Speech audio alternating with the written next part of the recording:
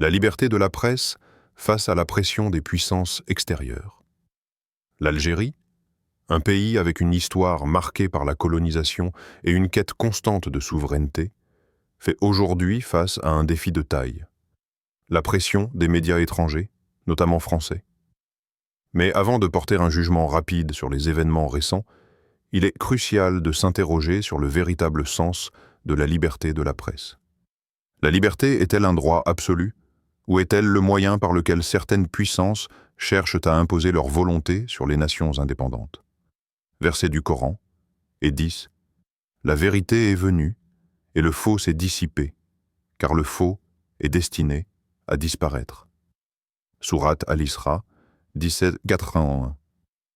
Nous devons comprendre que la vérité n'est pas seulement un principe, mais un engagement envers l'intégrité de l'âme humaine.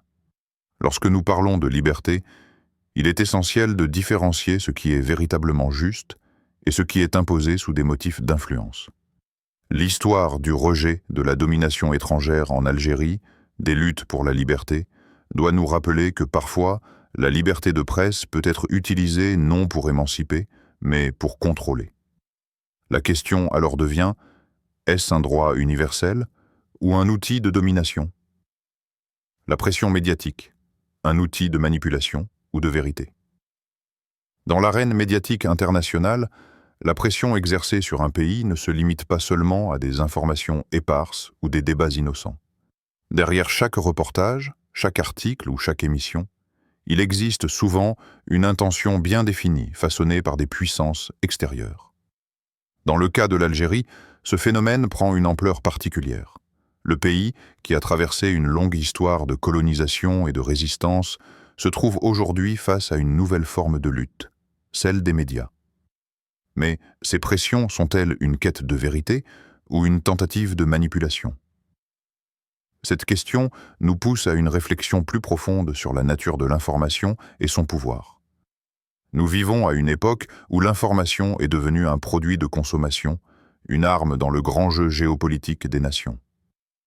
Les médias ne se contentent plus de rapporter des faits, mais créent des récits qui façonnent l'opinion publique, influencent les choix politiques et parfois manipulent les masses pour servir des intérêts spécifiques. Les puissances extérieures, en particulier les anciens colonisateurs ou ceux qui détiennent une influence politique et économique majeure, ont compris que les médias sont un terrain de bataille crucial pour influencer l'issue des événements internationaux. Mais cela soulève une question essentielle. Est-ce vraiment de la vérité qu'elles cherchent à diffuser? Ou est-ce une version déformée des faits, ajustée à leurs propres intérêts?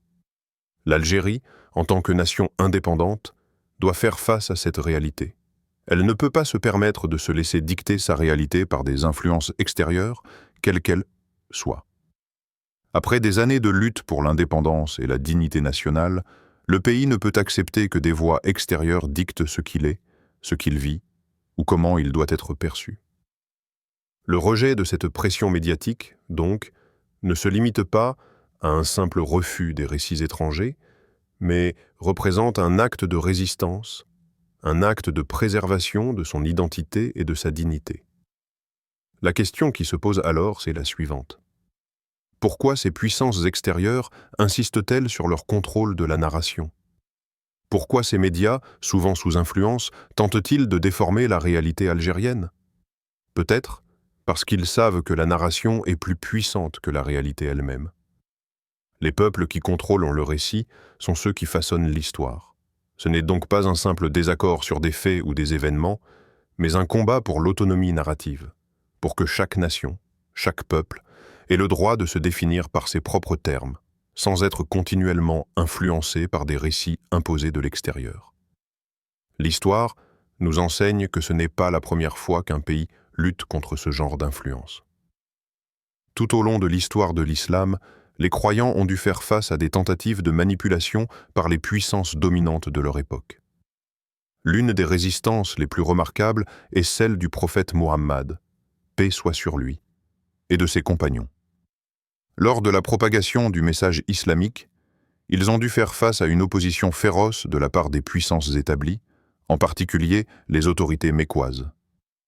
Ces autorités utilisaient les moyens de communication disponibles à l'époque, principalement les rumeurs, les calomnies et les déformations, pour discréditer le message du prophète. Mais malgré ces tentatives de manipulation, le message de la vérité n'a jamais été altéré. Le prophète Muhammad, paix soit sur lui, et ses compagnons ont persévéré dans la vérité, refusant de céder aux pressions extérieures, préférant l'intégrité de leur message au confort des compromis. Ils ont compris que parfois, la voie de la résistance ne réside pas seulement dans le rejet des influences extérieures, mais dans l'affirmation ferme de ses principes et la fidélité à la vérité. Verset du Coran. « Et si tu te venges, que ce soit avec la même mesure que ce qu'on t'a fait subir. Mais si tu pardonnes, c'est mieux pour toi. » Sourate An-Nahl 16, 26. Ce verset met en lumière l'essence même de la résistance. Il nous enseigne que la véritable force ne réside pas seulement dans la capacité à riposter de manière égale, mais dans l'option supérieure de la sagesse, la capacité à pardonner, à laisser la haine derrière soi et à continuer à suivre la voie de la justice. L'Algérie, en rejetant cette pression médiatique, choisit la voie de la justice et de l'indépendance. Ce n'est pas une simple guerre contre des informations fausses ou manipulées, c'est une affirmation de ses principes, une manière de rester fidèle à ses valeurs fondamentales et de ne pas se laisser emporter par la dérive des intérêts étrangers. Mais comment cette résistance se manifeste-t-elle concrètement ? Elle passe par une volonté de préserver une narrative nationale, d'encourager une presse locale indépendante qui puisse raconter l'histoire du pays sans interférence extérieure. Cela inclut aussi la nécessité de renforcer l'éducation, afin que les citoyens puissent être suffisamment critiques et avertis face aux informations diffusées, qu'elles viennent de l'intérieur ou de l'extérieur. La presse, dans ce cas, devient un outil non seulement de liberté d'expression, mais de protection de l'identité nationale. Ce n'est pas un simple contre-pouvoir, mais un rempart contre les manipulations extérieures qui cherchent à fausser la réalité. L'Algérie, dans son rejet de cette pression médiatique, fait un choix de dignité et de souveraineté. Il ne s'agit pas seulement de contester une version des faits, mais de s'assurer que la voix du peuple algérien ne soit pas étouffée ou déformée. Dans chaque récit qu'elle produit, dans chaque émission qu'elle diffuse, l'Algérie s'efforce de rester fidèle à elle-même, sans céder à la tentation de plier sous des influences qui visent à la redéfinir. C'est là un acte de résistance digne de toute nation qui veut préserver sa liberté et son indépendance, dans un monde où les pressions extérieures sont nombreuses et variées. Ainsi, à travers l'histoire, à travers les choix du passé et à travers les défis contemporains, l'Algérie nous rappelle que la résistance à la manipulation médiatique n'est pas seulement une question de politique, mais un acte de préservation de la vérité. Cette vérité, comme l'enseigne le Coran, est plus précieuse que tout compromis, plus forte que toute pression, et inaltérable face aux forces du faux. La notion de souveraineté est la défense de l'identité nationale. La souveraineté n'est pas simplement un terme politique ou une règle diplomatique. Elle va bien au-delà de la gestion d'un territoire ou du droit de prendre des décisions sans ingérence. La souveraineté d'un pays est avant tout une expression de l'âme collective de ce peuple, de son histoire, de ses aspirations et de ses principes. Elle incarne une volonté profonde de préserver l'intégrité d'une nation face aux forces extérieures qui tentent de redéfinir sa trajectoire. L'Algérie, dans son rejet de la pression médiatique étrangère, ne se contente pas de résister à une forme de manipulation externe, elle affirme son droit à être maîtresse de son destin, sans que d'autres puissances n'imposent leur choix ni ne dictent la direction à suivre. Dans ce contexte, la question de la liberté de presse n'est pas une question banale. Elle touche directement à la souveraineté d'un peuple, à sa capacité à se défendre contre les influences extérieures, et à sa faculté à maintenir son identité face à des forces qui pourraient chercher à l'assujettir. La presse, dans son essence, doit-elle être un vecteur de liberté et de progrès, ou bien un instrument de déstabilisation, visant à affaiblir la cohésion interne et à soumettre les valeurs d'un peuple au diktat d'une autre nation? À travers cette question, se cache une vérité fondamentale. La liberté d'expression, si elle n'est pas contrôlée et guidée par une conscience nationale, peut devenir un outil de division et de manipulation, plutôt qu'un moyen d'émancipation. L'Algérie, en rejetant cette pression médiatique, fait un choix audacieux et puissant. Ce n'est pas un rejet de la liberté d'expression en soi, mais un rejet de l'utilisation de cette liberté comme un outil de manipulation. La véritable souveraineté pour l'Algérie réside dans sa capacité à préserver son identité nationale face à toute forme d'ingérence. Ce n'est pas seulement une question de politique, mais de dignité et de solidarité envers son histoire et son peuple. La question de la liberté de presse n'est pas une question banale.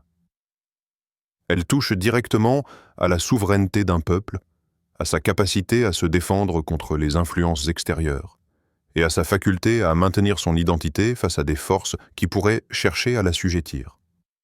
La presse, dans son essence, doit-elle être un vecteur de liberté et de progrès, ou bien un instrument de déstabilisation, visant à affaiblir la cohésion interne et à soumettre les valeurs d'un peuple au diktat d'une autre nation?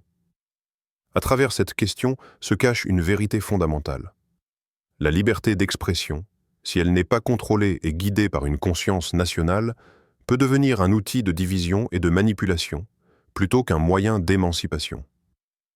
L'Algérie, en rejetant cette pression médiatique, fait un choix audacieux et puissant. Ce n'est pas un rejet de la liberté d'expression en soi, mais un rejet de l'utilisation de cette liberté comme un outil de manipulation. La véritable souveraineté pour l'Algérie réside dans sa capacité à préserver son identité nationale face à toute forme d'ingérence. Ce n'est pas seulement une question de politique, mais de dignité et de solidarité envers son histoire et son peuple. La question de la souveraineté n'est pas un débat abstrait, mais un combat pour la préservation de l'âme de la nation. Histoire inspirante. Prenons l'exemple de la guerre d'indépendance algérienne. Durant cette période, la presse n'était pas simplement un outil d'information, elle était une arme de résistance. Les journaux, les pamphlets et les tracts diffusés pendant la guerre étaient bien plus que des messages politiques. Ils étaient une déclaration de l'existence d'un peuple qui refusait de se soumettre à l'occupant. À travers les mots, les Algériens se sont battus non seulement pour leur terre, mais aussi pour leur voix, pour leur droit à être entendus sans la distorsion des puissances coloniales. La presse était un moyen de dire au monde que l'Algérie existait en dehors du cadre imposé par les colonisateurs. Elle était un instrument de résistance, un acte de défiance et une affirmation de la souveraineté nationale. La guerre d'indépendance algérienne a prouvé que la souveraineté dépasse les frontières géographiques et politiques. Elle est aussi une question de culture, de voix, d'identité. À travers cette lutte, les Algériens ont démontré que leur souveraineté ne résidait pas uniquement dans le contrôle de leur territoire, mais aussi dans la capacité de raconter leur propre histoire. Chaque mot écrit était un acte de résistance, chaque journal, une déclaration d'indépendance. La presse, dans ce contexte, ne se contentait pas de rendre compte des événements, elle participait activement à la construction d'un imaginaire collectif, à la redéfinition de ce que l'Algérie était et voulait devenir. Verset du Coran, « Les croyants ne sont que des frères » Sourate Al-Hujurat 49-10. Ce verset coranique revêt une importance particulière dans le contexte de la lutte pour la souveraineté et l'indépendance. Il nous rappelle l'importance de l'unité, de la solidarité et de la fraternité dans la lutte contre l'oppression. La souveraineté d'un peuple n'est pas simplement le fait d'être indépendant politiquement, mais aussi le fait de se soutenir mutuellement, de protéger son intégrité collective et de se battre ensemble pour ses principes. La souveraineté est un bien collectif qui repose sur l'unité de tous les membres d'une nation. Dans le contexte algérien, ce verset prend tout son sens. L'Algérie, en affirmant sa souveraineté, ne se contente pas de protéger son territoire ou ses frontières. Elle défend avant tout l'unité de son peuple, l'unité de ses valeurs et de ses croyances. Cela va bien au-delà d'une simple réaction à une pression extérieure. Il s'agit d'un engagement profond à préserver l'identité nationale face aux tentatives de division ou de manipulation. La souveraineté d'une nation est donc un acte de solidarité et de fraternité entre tous ses membres, qui se battent ensemble pour protéger ce qu'ils ont de plus précieux, leur liberté et leur dignité. L'Algérie, en rejetant cette pression médiatique, ne se contente pas de résister à une force extérieure. Elle affirme sa volonté de rester fidèle à ses principes, à son histoire et à ses croyances. Elle se dresse contre toute tentative de réduire sa voix, de transformer ses valeurs ou de manipuler son identité. C'est là toute la profondeur de la souveraineté. Ce n'est pas simplement un droit, mais un devoir envers l'ensemble du peuple, un devoir de défendre l'intégrité de ce qui fait l'âme de la nation. La souveraineté, comme le souligne le Coran, n'est pas un acte de guerre, mais un acte de fraternité, de solidarité et d'unité. Dans cette lutte pour la vérité et la justice, l'Algérie se rappelle que sa force réside dans sa capacité à rester unie, à défendre son identité et à affirmer son droit de se gouverner sans ingérence extérieure. La véritable liberté n'est pas simplement un droit individuel, mais un bien collectif, qui appartient à tous les membres d'une nation unie et solidaire. La frontière entre liberté et ingérence. Où tracer la ligne? La notion de liberté d'expression est l'un des principes fondamentaux de nos sociétés modernes, un droit cher à ceux qui luttent pour la démocratie et la justice. Cependant, comme tout droit humain, il peut être détourné de son objectif initial et utilisé comme un outil de manipulation. La frontière entre liberté d'expression et ingérence devient particulièrement floue lorsqu'il s'agit de pressions médiatiques exercées par des puissances extérieures. Dans un monde où l'information est devenue une arme aussi puissante que les plus grandes forces militaires, jusqu'où peut-on permettre à la liberté d'expression de s'étendre sans qu'elle ne devienne un instrument de déstabilisation? L'Algérie, comme de nombreuses autres nations qui ont souffert de l'ingérence étrangère, se trouve à un carrefour décisif dans ce débat. En tant que pays souverain, elle a le droit inaliénable de protéger ses intérêts nationaux et de préserver son unité. La presse, bien que devant jouer un rôle fondamental dans la recherche de la vérité et la justice, peut parfois se transformer en un levier de guerre psychologique, particulièrement lorsqu'elle est utilisée pour semer la discorde, déstabiliser l'ordre social ou manipuler les masses. L'Algérie, dans son histoire récente, a dû faire face à une pression médiatique constante, notamment de la part de puissances extérieures qui cherchent à redéfinir sa réalité à travers leur propre prisme. Cette question est fondamentale. Jusqu'où une nation peut-elle permettre à des forces extérieures de jouer un rôle dans la narration de sa réalité?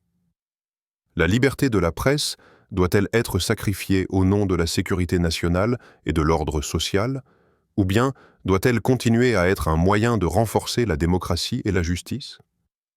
C'est une question qui mérite une réflexion approfondie, particulièrement dans un monde où l'information, qui est censée être un vecteur de vérité, est parfois manipulée pour créer une réalité parallèle. La réponse à cette question ne réside pas dans un rejet total de la presse libre, mais dans un équilibre délicat entre la liberté d'expression et la préservation de l'intégrité nationale. L'Algérie, en rejetant certaines formes de pression médiatique, fait un choix stratégique, celui de protéger son identité, sa paix sociale et son ordre interne.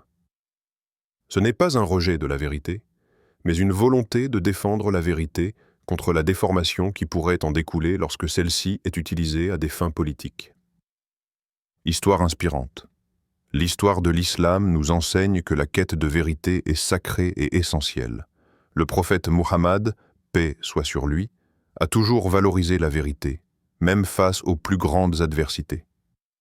L'une de ses déclarations les plus poignantes, le plus grand djihad est de dire la vérité devant un tyran, illustre cette conviction. Le prophète savait que la vérité était un principe supérieur à toute autre considération. Mais ce n'est pas seulement la vérité que nous devons chercher, c'est aussi la justice.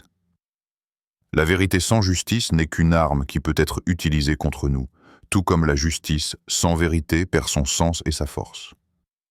La quête de vérité, dans le contexte de la liberté de la presse, doit toujours être guidée par la justice. Mais cela nécessite également une vigilance constante. La vérité ne doit pas être un prétexte pour imposer des ingérences injustes, pour déstabiliser une nation sous le couvert d'une prétendue liberté. Le prophète Muhammad, paix soit sur lui, a enseigné que témoigner pour la justice, même si cela allait à l'encontre de soi-même, était un acte noble. Mais cette quête de justice ne doit jamais être utilisée comme une couverture pour des actions injustes sous le prétexte de la vérité. Verset du Coran.